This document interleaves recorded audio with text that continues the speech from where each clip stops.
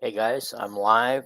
I'm sorry I didn't send out any notices. Hopefully, you clicked the bell and you're getting a notice right now that I'm live. Okay.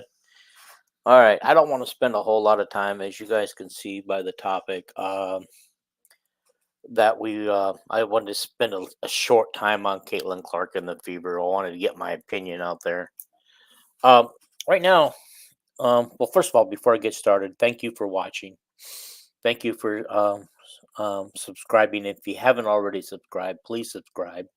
Hit that sub button and hit the little bell to get notification when we're live. Most of my shows are live, and so you can watch me live and interact on the side with the comments.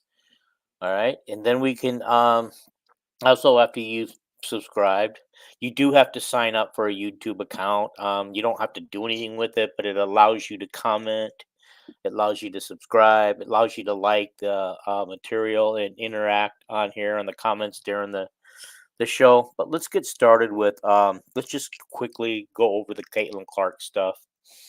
Um, Only because everybody else is doing it. It's been a big buzz. Yes, she seems to be getting beat up a little bit. At least once or twice, she seems to take a hard foul. And so that is just it's not really cool what some of these players are doing to her. It's just sad. I just don't know how to get around it. And hang on, my computer did something funky. There we go. All right. And so um, I think her coaches have to come full circle. Really, I think they got to come and get her back and do what they can to back her up. Okay.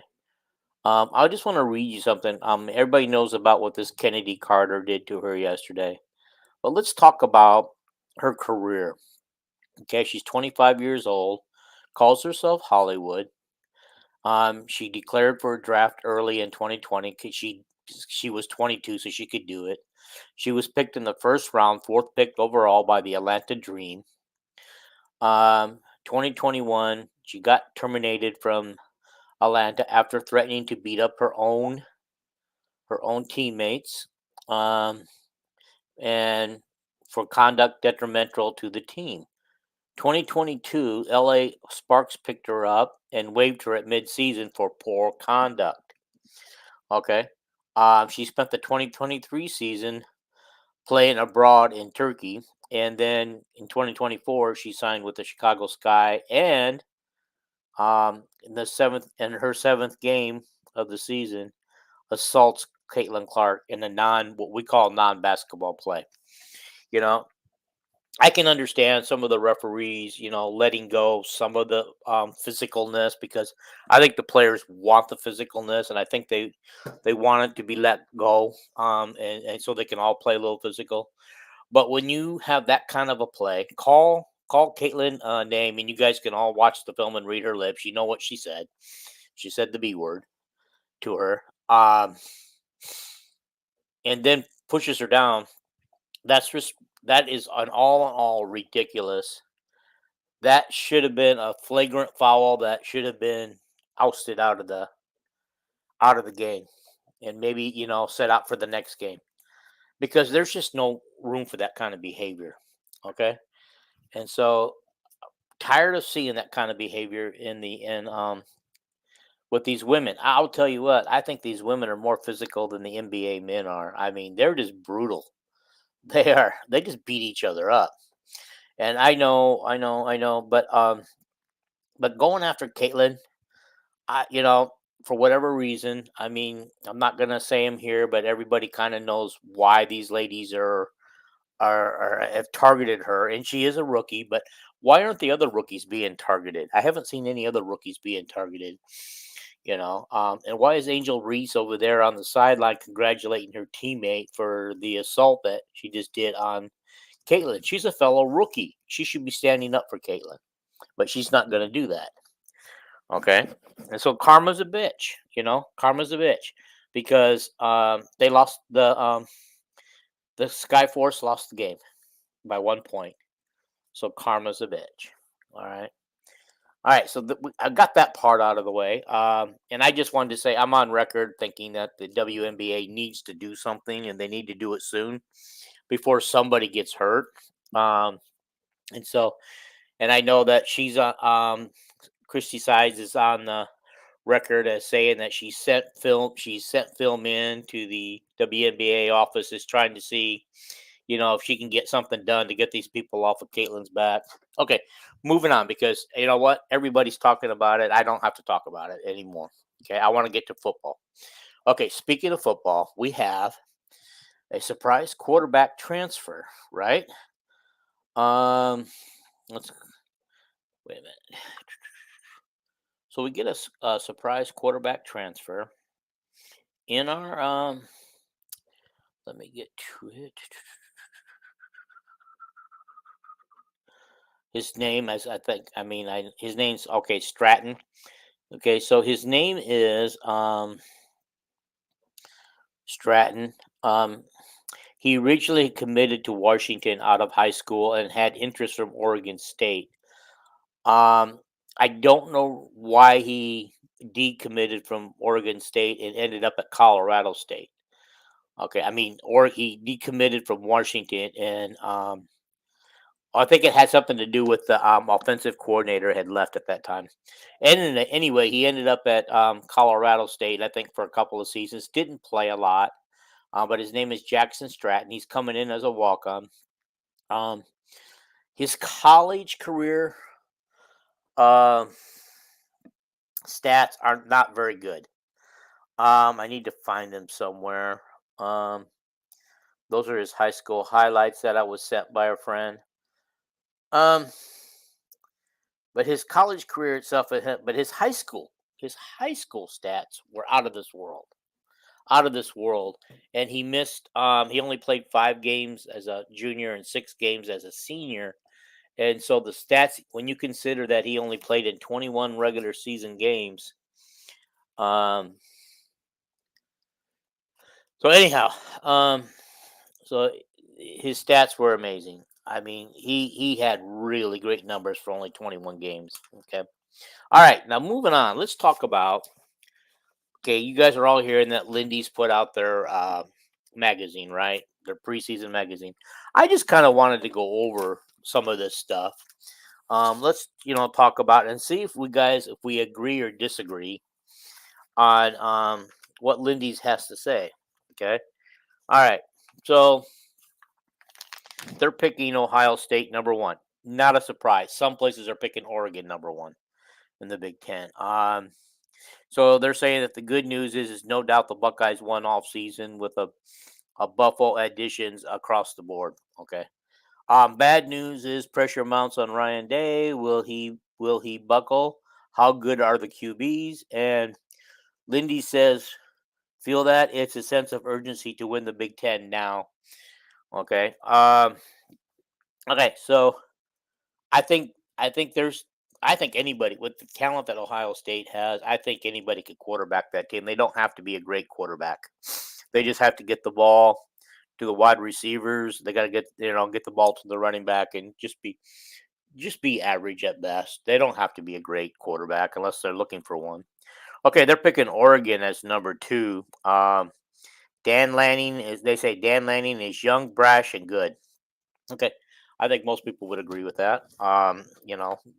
Oregon has themselves a heck of a quarterback. I'm glad we don't have to play them this year. Okay. Bo Nix has left the building, but say hello to Dylan Gabriel. So he must be really good. Okay. All right. Ducks are ready for a dive into the deep end. So they look like they're going to be playoff bound too, maybe. They've got Michigan as number 3. I'm not convinced that they're going to be number 3 in the league, but compared to everybody else, yeah, maybe they will be. I kind of have them as a 9-3 team this year, but who knows? That might be good for third place. We don't know. Okay, what's his name? Sharon Moore showed promise as a fill-in last year, but they have no. The bad news is they have no Hardball, no McCarthy, no Quorum, and you get the picture. They say, okay. All right. Are they playoff worthy? Probably, they say, but Wolverines will take a step back from the three after three Big Ten titles. I happen to agree with that. They're not going to be the same team that they were. Um, and here we go. Penn State is number 4. Okay, so is Penn State going to get to the playoff, guys? I mean, if they're number 4 in the league, um, there and take notice. Even though Oregon's also ahead of them, Ohio State and Michigan are ahead of them. Penn State could have 3 losses. They could lose to Ohio State, or well, I should probably check Penn State's schedule first. Let me take a quick look at that. Um, see what their schedule calls for. Penn State, Penn State, Penn State. We'll see. Let's what Michigan's schedule is this year. Okay. Fresno State. Fresno State will not be a pushover, but Michigan should win that. They've got Texas next. Don't know how good Texas is going to be after their playoff run last year. Arkansas State should be a win. Then they have USC at home, Minnesota at home, at Washington, at Illinois, Michigan State at home, Oregon. They have a really tough schedule. At Ohio State, so they could possibly lose 1, 2, 3 games. So they could also be another three loss team. And Penn State, let's go to Penn State, take a look at them. Penn State schedule at West Virginia. I know nothing about West Virginia, guys. Bowling Green,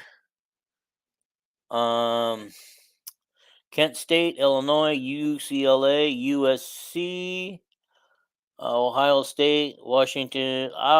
I see 2 losses right off the bat.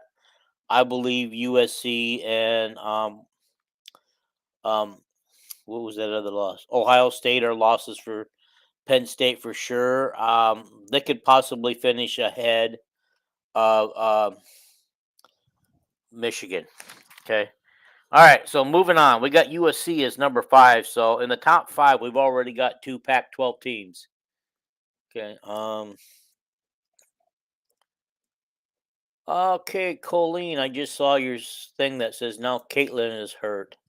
What's going on? Talk to me. I watched the first half and I came back and watched the last couple of minutes, but by that time it looked like Christy Sides had cleared the bench, so I didn't know that Caitlin was hurt and nobody said anything.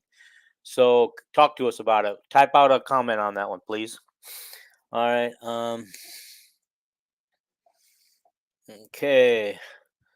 I'm a great man with all the success John Beinmeyer had a recruiter. Should we worry about him getting pulled to the NFL? Llama, you know the answer to that. He's not getting pulled anywhere, not at this time. Okay, who I only got one person watching, so hopefully Colleen is still on here.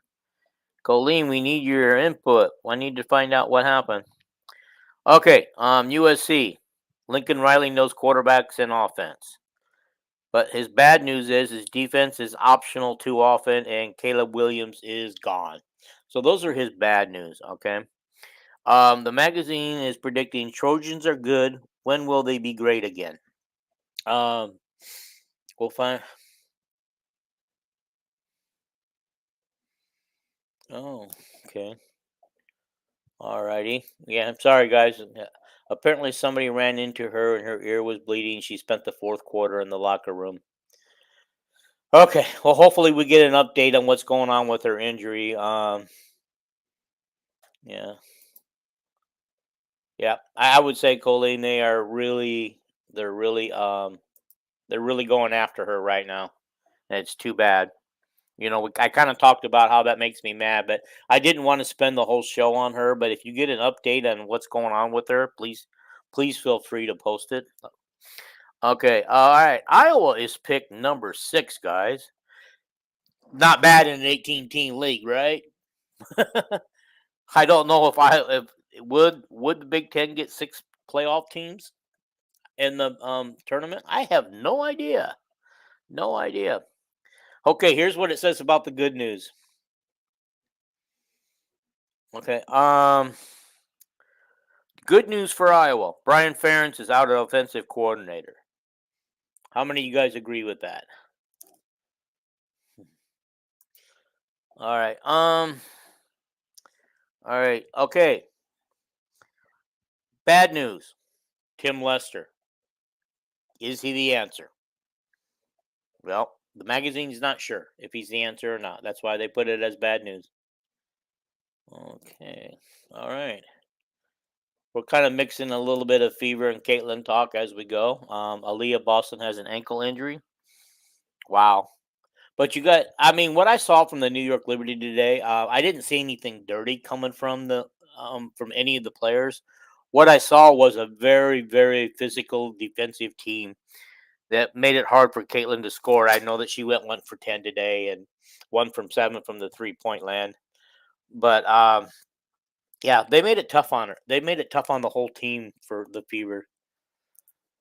Okay. I'm not sure what llama means by has Tim Lester had his surgery yet. I'm not sure. Okay. Anyway, it says the magazine's call on Iowa's season: death, taxes, Iowa bowling. In other words, two. They say two things are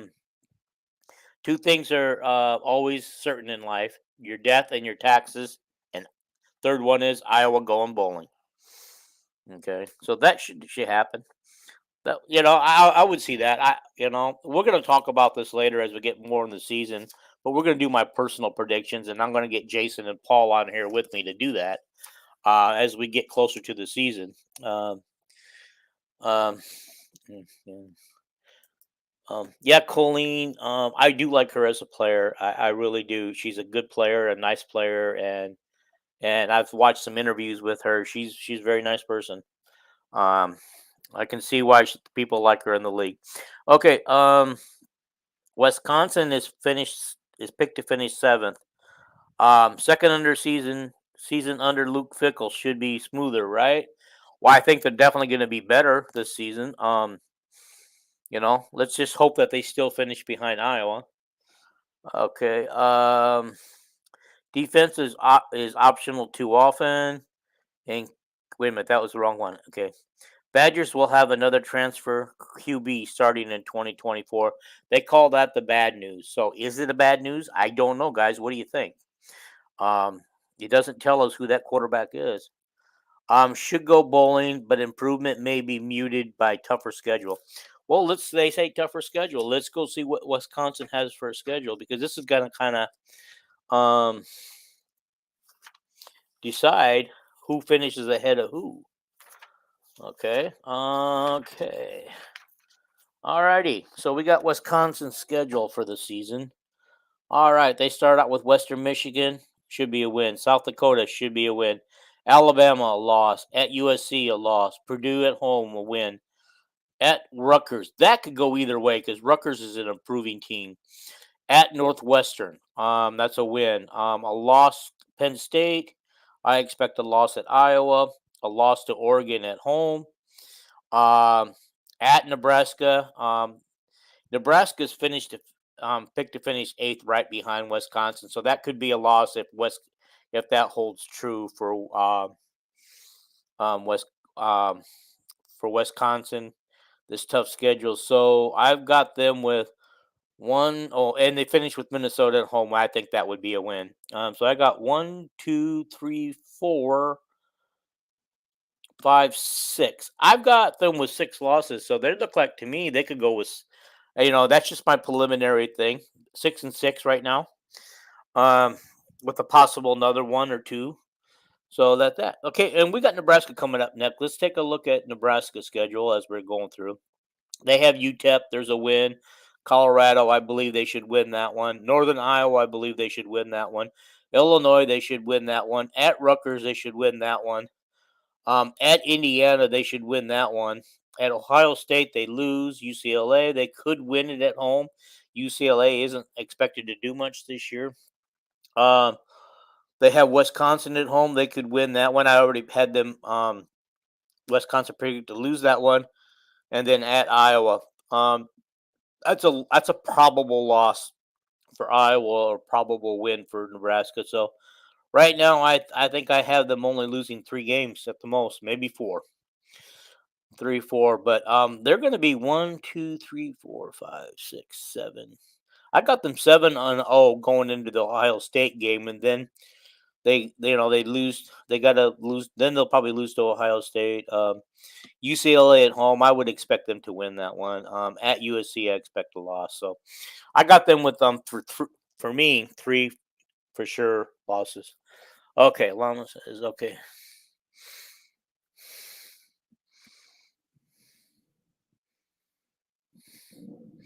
All right, Llama. I'm not going to post that one, but people can read it if they want to. Okay, all right. So let's see what they say about the Cornhuskers. All righty. Okay, accommodating schedule means 8 win may be possible. I have to agree with that. 8 to 9 win season for Nebraska. And so, they're going to have their they're going to have their bowl wrapped up before they get to Iowa, so we don't have to worry about them needing that game to get bowl eligible. Okay, is BMOC Dylan Rayola? Is that how you say his name? Rayola, the real deal, a true freshman QB? Um, we don't know. We're gonna find out. We're gonna see how this one freshman how they pan out. Okay, and then they're saying that their bowl drought will end this year, and I'm gonna have to agree with that after looking at their schedule. I don't think they could have got an easier schedule, guys. I mean, really, and Nebraska needed something like that kind of a schedule in order to get back to a winning season, getting back to a bowl game. If you guys remember, right, the first couple years Nebraska joined the big team, the Big Ten just pretty much gave them every brutal person they could on the schedule. Although they did win the West one year, maybe they won it 2 years. I can't remember. I'd have to go back.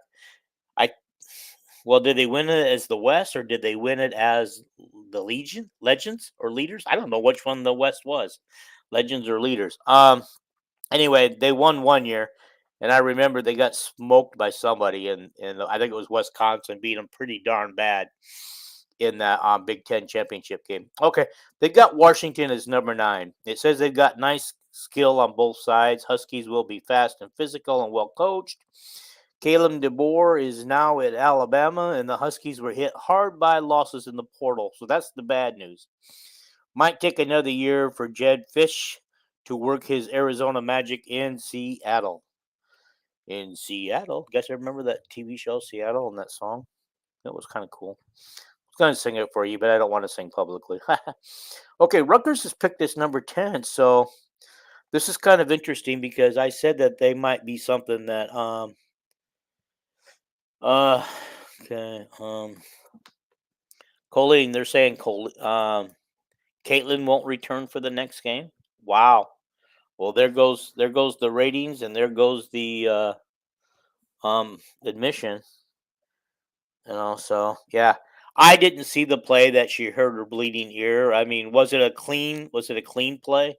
Even though she got knocked out, got her ear cut or whatever happened, bleeding from her ear. Was it clean or was it one of the dirty ones? Okay, okay. Rutgers number 10 has. They're saying the good news is that Rutgers has something special in running back Kyle Managigi, Mana Genia. Okay. Defense looks salty. Wow. Imagine Rutgers having a defense that looks salty. I am kind of glad we don't play them this year. What the bad news is wanted a good QB. Call 1-800 Shinano. Guys, I had guys, you guys know who Kelvin Fisher. He kind of made fun of me because I couldn't do play by play because I could never get the names right, and he's right. I have a hard time pronouncing names. Okay. Alrighty, and they said that there is trying harder only gets you so far.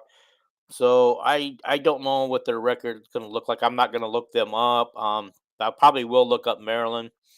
Mojo is real. Maryland's 11. Terps have won 3 bowls in a row for the first time. Um, they don't have their bad news is they don't have their QB from last year. Tayula, yeah, whatever. I can never say it. Um, they're saying that he can't be replaced. Bull is likely, but will Mike um, Loxley hit a ceiling? I don't know. And the interesting thing in here, guys, is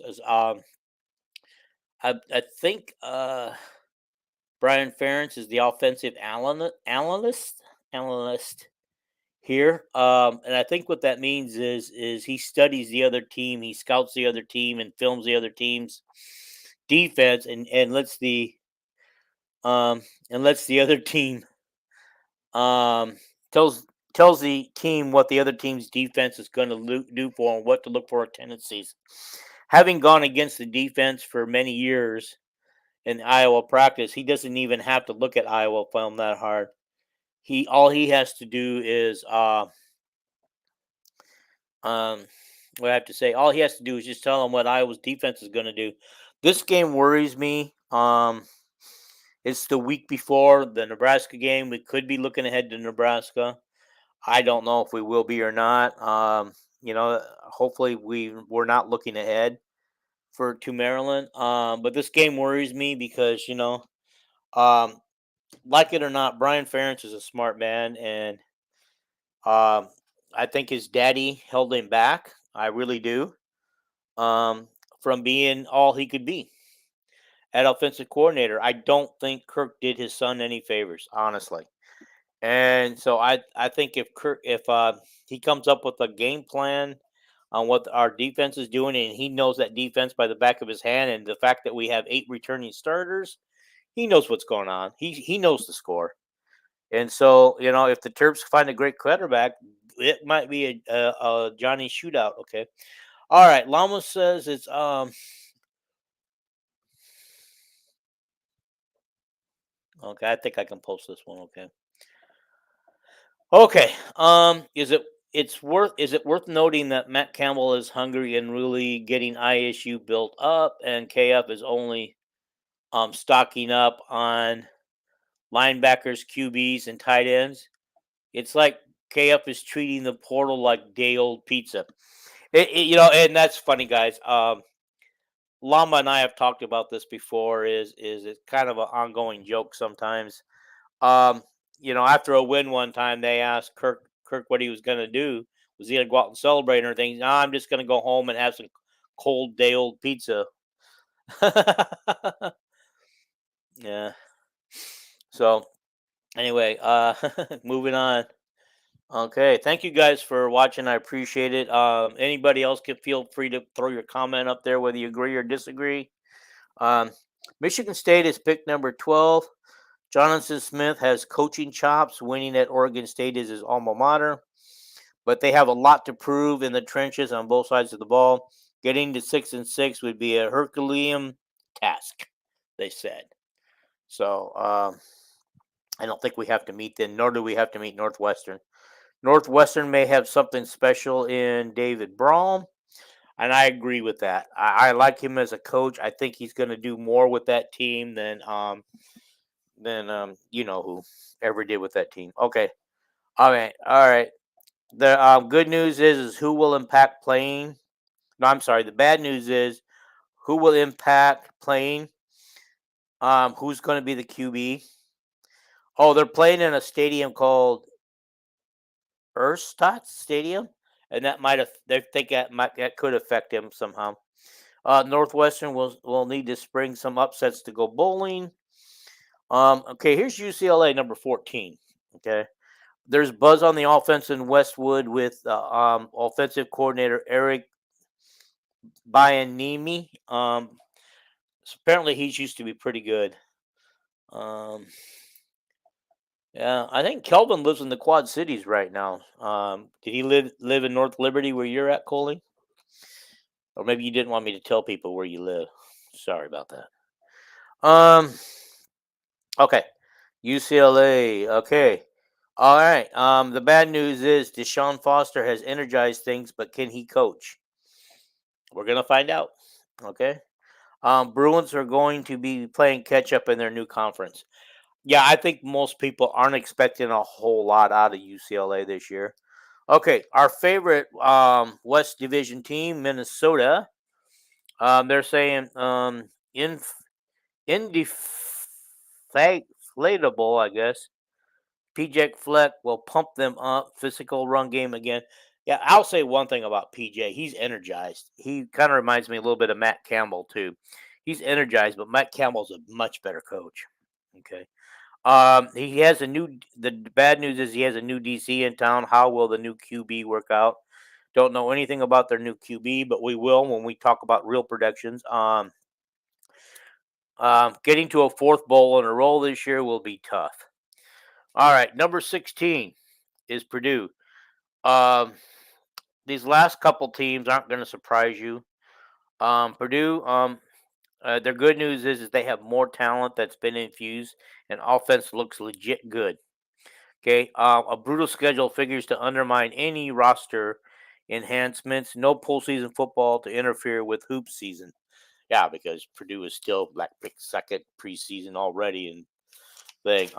Let's just check and see what Purdue's schedule looks like. Let's UCLA. I got UCLA's here. Let's see. They're at Hawaii, at Indiana, at LSU, Oregon at home, at Penn State, play Minnesota at home, on the road to Rutgers, on the road to Nebraska, play Iowa at home, at Washington, USC, and then they play Fresno State the last game of the season. It's kind of odd that they end with a non-conference game, but hey, to each his own. To each his own. Um, so I see 1, 2, 3, 4, 5, 6. I've got them with 6 losses right now. So they might go 6-6. So, and that includes Iowa winning. I believe Iowa will win that game. But I was looking at Purdue's schedule, and let's see. Indiana State, they'll probably win that one. Their next 2 games are Notre Dame and at Oregon State. I would predict that those are both losses.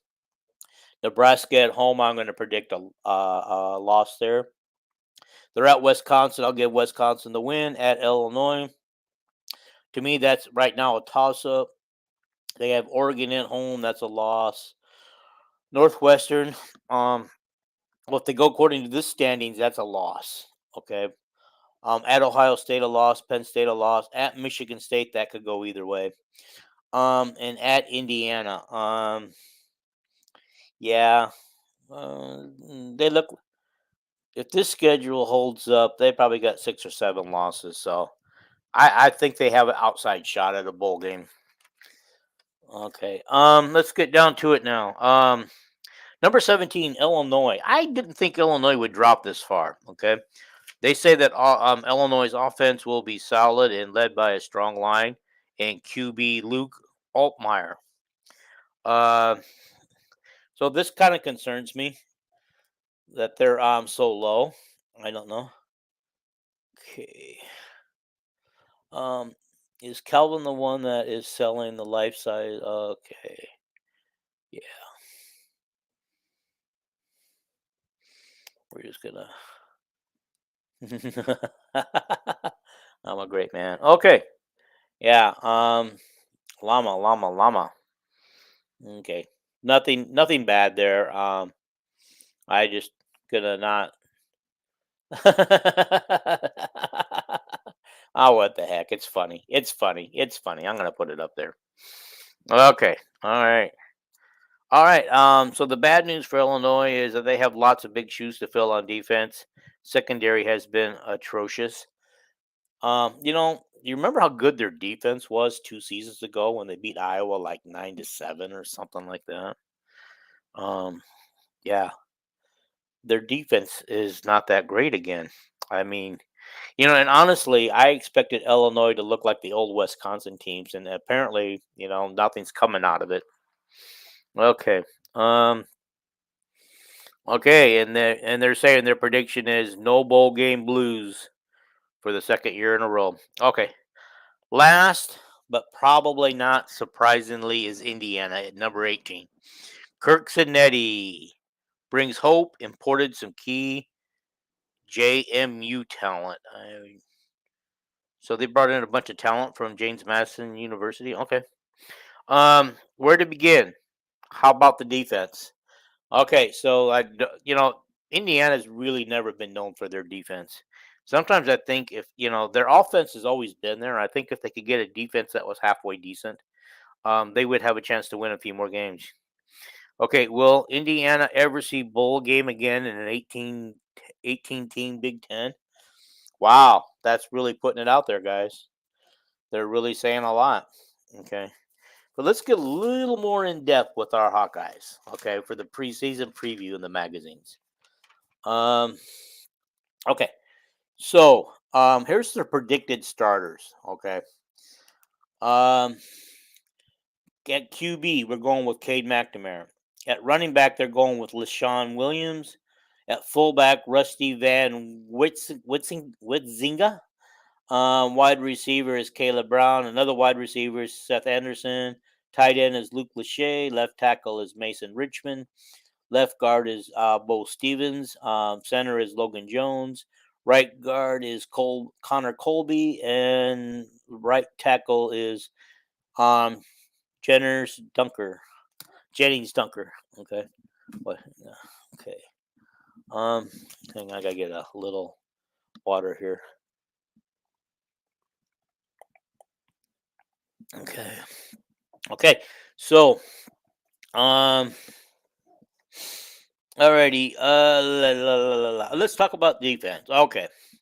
Defensive end Dante Craig. Defensive tackle is Aaron Graves. God, sorry guys, my glasses don't look that bad here. Let me get some light on here. Okay. Defensive tackle would be Yaya Black. Defensive end is Ethan Herkett. Linebacker is Jay Higgins and Nick Jackson, and Cash is Sebastian Castro. Cornerback is Jamari Harris. Cornerback John Nestor. Strong safety is Xavier Wampapa. And free safety would be Quinn Schulte. Kicker is Drew Stevens, and punter is Rise Dakin. Okay, let's take a quick look at their schedule. Oh, here I wanted to do something real quick before I look at their schedule. I want to see.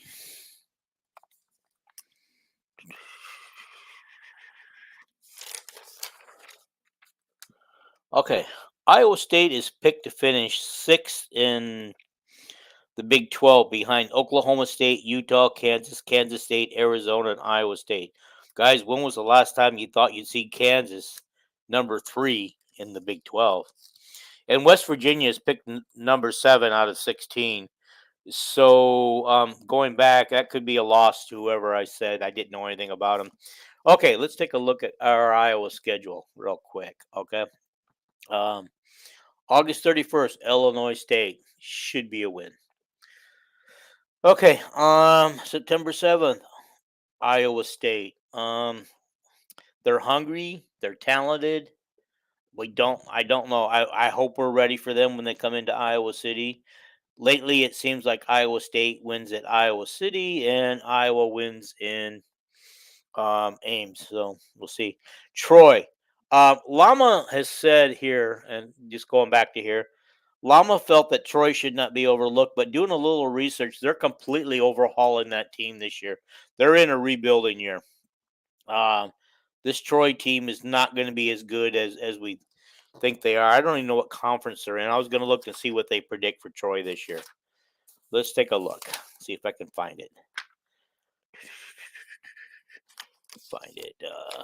Got to be an index somewhere here, somewhere. Okay. This is what's fun going through these magazines and just kind of doing some predictions. Okay, Troy, 236, 236, 236. Okay,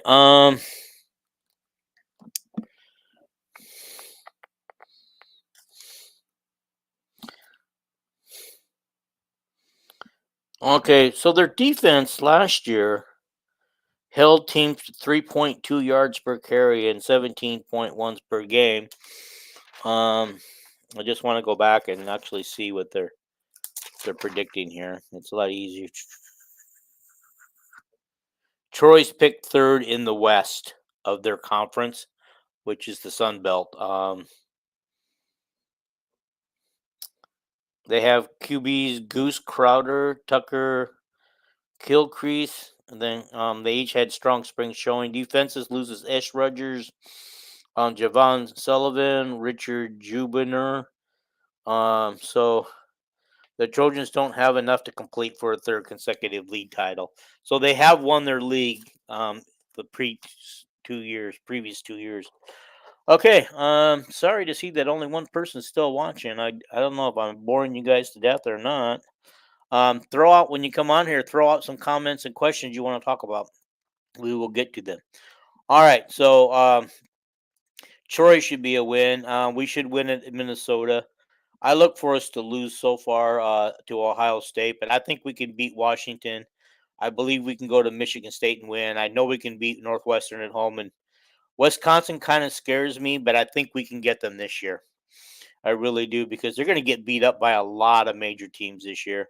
At UCLA in the Rose Bowl, I'm getting tickets for that. I'll be my first trip ever inside the Rose Bowl, and that would be kind of cool in Pasadena. I want to see that, but I think we can win that one. I really do.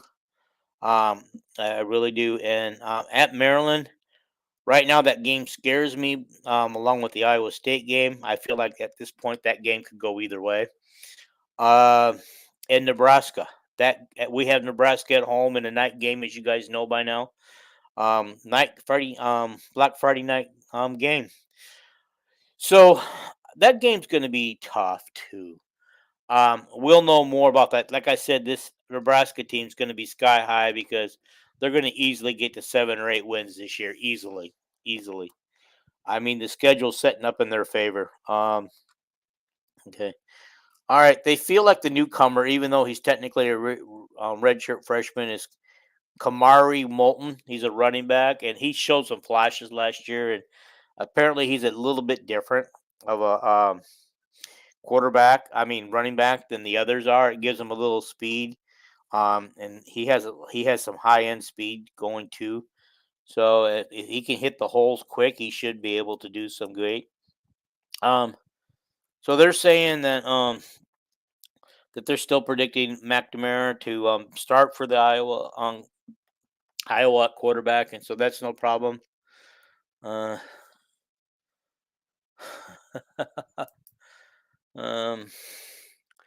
okay, he says, "Do you think KF will call our offense powerhouse off? Our offense, our offense's powerhouse off when we are up 3-0, 6-0? Not that early, buddy. Not that early. How about 14 or 17-0? Then he'll call them off. He'll call the dogs off after that, which is a shame because I would love to see him do like Hayden Fry used to do. Hayden Fry used to just come and put the hammer down and keep it going the whole way. Okay, all righty, here we go. All right, returning starters. They say here that the last time Iowa didn't go bowling was 2020. Technically, that's true, but technically that's untrue because they made a bowl game, but Missouri canceled us. Missouri didn't want to show up for that bowl game. And so I think we should still call that we did make a bowl that game. We just didn't play it. Okay, primary strengths of this team this year. It all starts with the defense, which allowed just 14.8 points a game last season. So with many starters back, including linebackers Jay Higgins and Jackson, this should be another dominant defense. Offensive players talked in the spring about a more unpredictable offense, including RPOs. Potential problems: the offense can't get any worse after scoring just 20 offensive touchdowns in 14 games. Tim Lester was brought in to fix the offense, but if the Hawkeyes run into injury problems again, they could be in trouble. Depth on defensive line is a question mark. Okay, all right, we'll go with that. Here's a quote from Tim Lester too. We're going to be disciplined and we're going to be aggressive. Offensive, Tim Lester said, offensive coordinator. So here's some interesting stats. I won't go over the. Right now, it says our scoring last year was only 15.4, which they ranked 129th. Our rushing was 115 yards, almost 116 yards per game, which ranked 107. Our passing was 118 yards a game, which ranked 127. Our total Our total yardage was 234.6 yards a game, and that ranked us 130th. So our defense looks a little more brighter. Couple things scare me on here. Last year we were 14.8, as I said earlier. That was ranked as number 4 in the league. Rushing was 111.8, and that was ranked as 15th.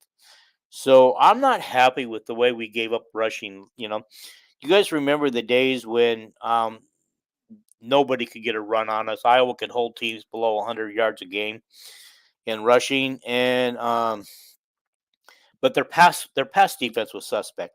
But now their pass defense is looking pretty good. They hold teams to 170 yards, point 0.7 a game, and they ranked number 5. Their total was is they overall they held teams to 282 yards, point 0.5 per game, and was 7th overall.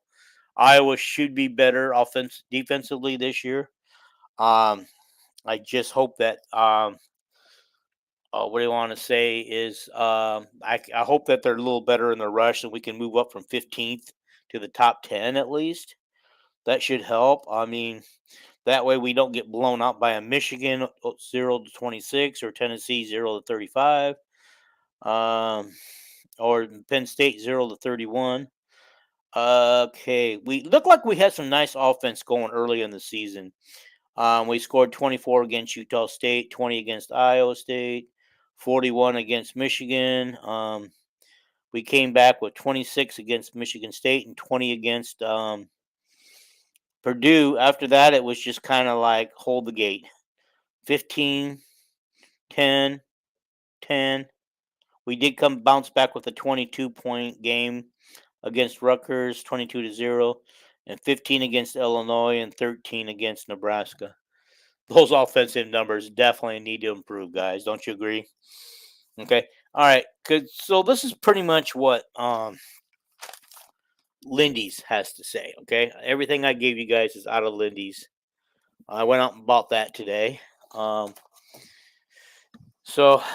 but I also one magazine I didn't know was out there. I found at the newsstand was Athlon's. Okay, they feel a little different about Iowa's season. All right.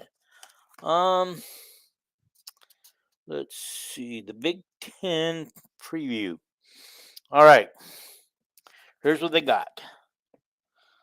Okay, that's recruiting rankings by school. I want to see. Here we go. Here's their pick.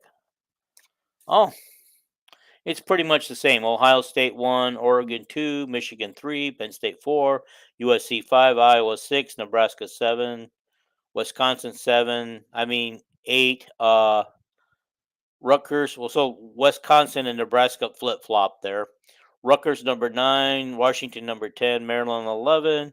They got Minnesota quite a bit higher than than the other magazine at number 12, followed by Michigan State. UCLA is 14, Illinois is 15, Northwestern 16, Indiana 17, and Purdue is 18. So Indiana's down up 1 spot. Purdue's down 2 spots. Illinois is up 3 spots.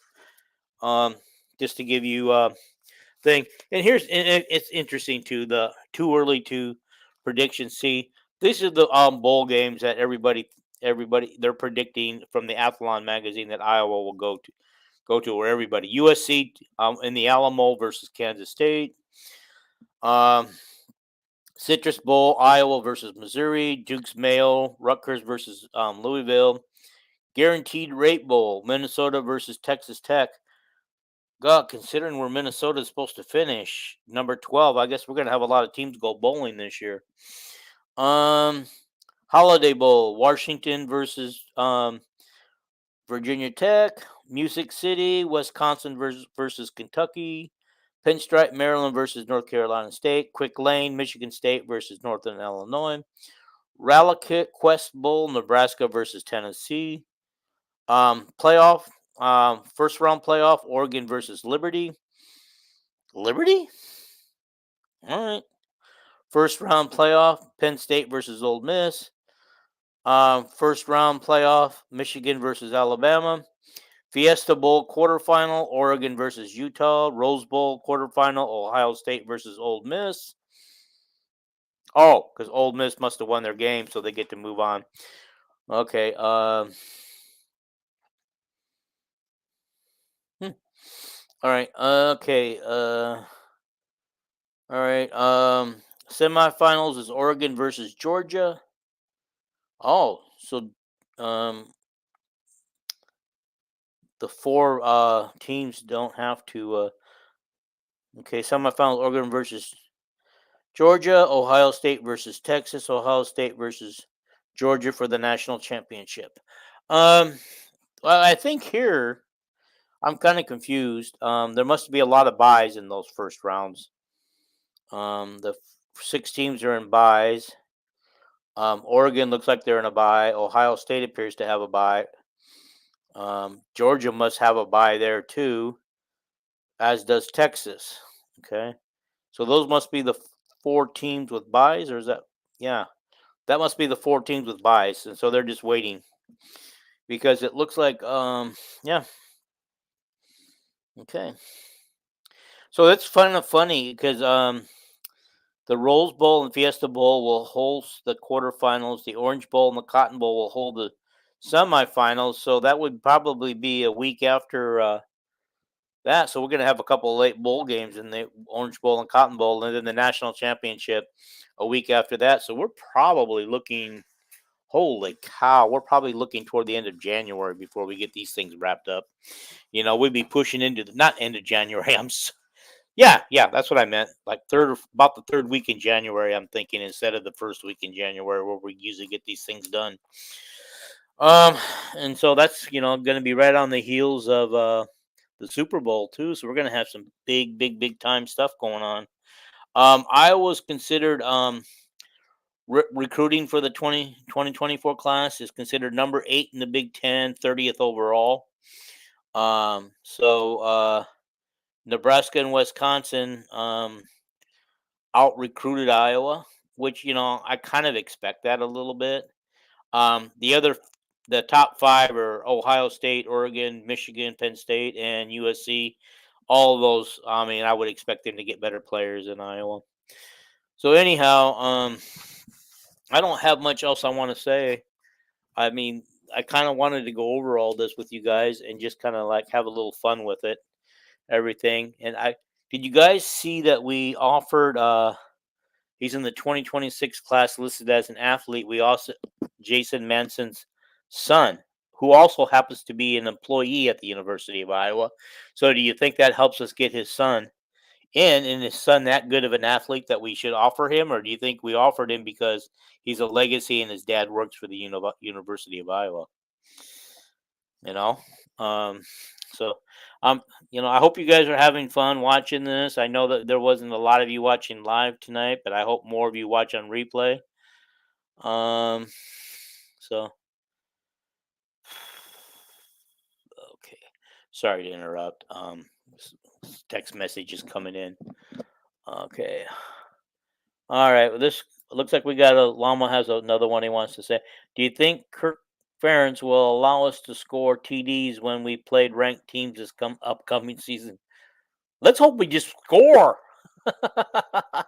We need to score, dude. um, yeah, right now the way the schedule looks, I don't know how many teams we're going to play. They're going to be ranked. I don't expect UCLA to be ranked. I don't know if Washington will be ranked. Ohio State might look like the only ranked team. Well, Iowa State might be ranked too. So honestly, this might be. We might get a break. We might caught a break with this schedule. We might have caught a break with Washington and UCLA changing regimen and losing a lot of players. We may have. I don't know. We'll know more when we take the field. I'm excited. In mid to late July, we'll start with all the Big Ten media days. So do that.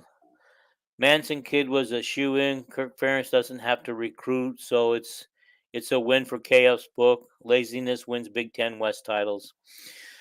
Yeah. For those guys who don't know, Lama very well. He is right now. He's not very high on Kirk and what he's doing, and thinks Kirk can do a better job, and thinks he could try harder and have more desire to win. Um, and so I just want to put that out there for Llama. So, Llama, thank you for your input. Anybody else want to have any input before I end this tonight? I pretty much covered what I wanted to cover, and it was kind of hard to come on here because I missed all of the third quarter, and part of the fourth quarter of the game. So it's pretty hard to come on here and hear that Caitlin got hurt. I want to take a look at real quick. If anybody else wants to talk about Caitlin real quick and the injury, if they know anything, please post it. Okay. Yeah. By the way, my family held a birthday party for me today, a belated birthday party. So that was nice. I almost had a heart attack when I walked in my house and everybody after church and everybody jumped in and yelled surprise. So that kind of hurt. Okay. So I just want to just bear with me again a minute here. I want to do a couple of research here real quick. See what's going on with Caitlin. Okay.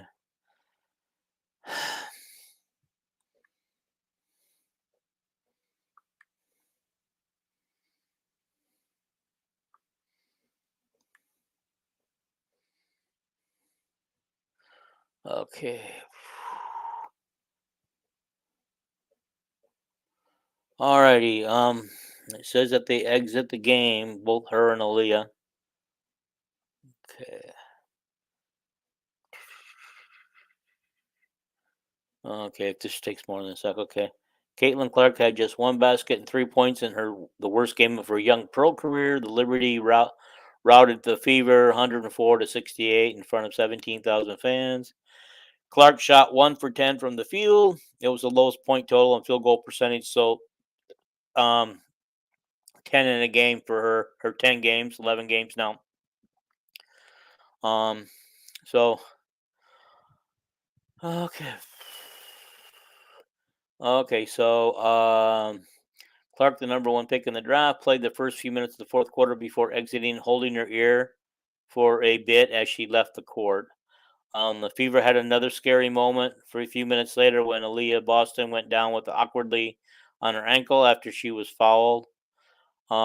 Each player was being evaluated post game, and Side said she didn't have any update either. Indiana is playing the second bank. Okay, okay. Clark did finish with 5 assists, and alrighty. She has either led or co-led in. It looks like in all 11 games this season on assist. All right. Okay, so we don't have anything yet. On Caitlin Clark. So anyway, guys, I appreciate your watching. I really do. It's been a while since I've been on. I'm going to get on again soon here. I'm going to start going over position by position, and we're going to talk about. We'll update any Caitlin news we have, but um, probably maybe Wednesday or something. I'm going to start by going position by position. They might be shorter podcasts, and I will get them out there to you guys so you guys can all enjoy what I have to say. I want to start with the quarterback situation, and we'll talk about the quarterbacks, who they are, what they can bring to the table, and because I think many of us fear that Cade McNamara won't be the quarterback all season. I hear there's some over and unders out there on how many games he plays this year, so that'd be interesting to see for you guys who like to do a little betting. See over under on how many games he plays this year since he spent the last 2 seasons mostly injured. Um, that includes his season at Michigan. So let's just see what that brings, and we'll talk about quarterbacks first, and then we'll move on to running backs, and we'll just keep on moving down the offensive side of the ball and until I've exhausted it. I'm gonna probably spend about maybe 3 to 4 podcasts on the offense, and then we'll go talk about the defense and the defense might have 2 podcasts on it, the way I want to talk about it. And so we're just going to kind of go position by position. And I plan to start that Wednesday, and I'll get that out there for you guys to know what time I'm going to do it. And hopefully there's no games or anything to interfere, no NBA finals, no fever games going on. If there is, I will adjust the time and I will announce the exact time everywhere. I'm sorry I did not announce this one. It was kind of like spur of the moment because I didn't know when I could squeeze it in. And I squeezed it in after the party and after everybody went home. And so, and I had a couple of errands to run. So I got it in when I could. And I hope you guys enjoyed the show. Again, I ask you, if you made it this far, thank you for watching this far. If you just came at the end of it or in the middle of it, watch the replay on YouTube. It's a good show. Um, it's a very good show. I'll be sending it out to everybody. The replay out to all the Facebook sites that I normally send it to. And I send it always to my friends on messengers, and so I'll get that out there. But please, if you haven't liked, first thing is you got to subscribe in order to like. Okay, then like it, throw up a comment. I'll come back later and get the comments that you guys put up, and I'll have fun with you on that one. I will answer comments. I answer them all, one way or the other. So I will come back and get those. So please leave comments, and I appreciate it. And share this with your friends. Share it with your Hawkeye fans, your Husker fans. Share it with your Iowa State fans, friends, family. Let's get this out there, okay? I passed my 300 goal. Now I'm pushing for 400, then 500. So let's get this pushing toward 400. Let's start inviting people to this podcast. I probably missed about a week and a half, almost 2 weeks of this, and I'm sorry about that. I just had a lot going on and a lot of things going on and down, and a lot of interruptions, a lot of appointments and stuff, and so I just had a hard time finding a time to sit down and do it. And it seems like with the Fever game every other day, I did not want to interrupt the Fever games for this. Okay. There's a good place. I'm begging. I'm begging you guys. I'm begging you. But you guys, apparently, according to Llama, don't like beggars. All right. I'm getting out of here. Thanks for watching, guys. You know what to do. Thank you for watching. Bye.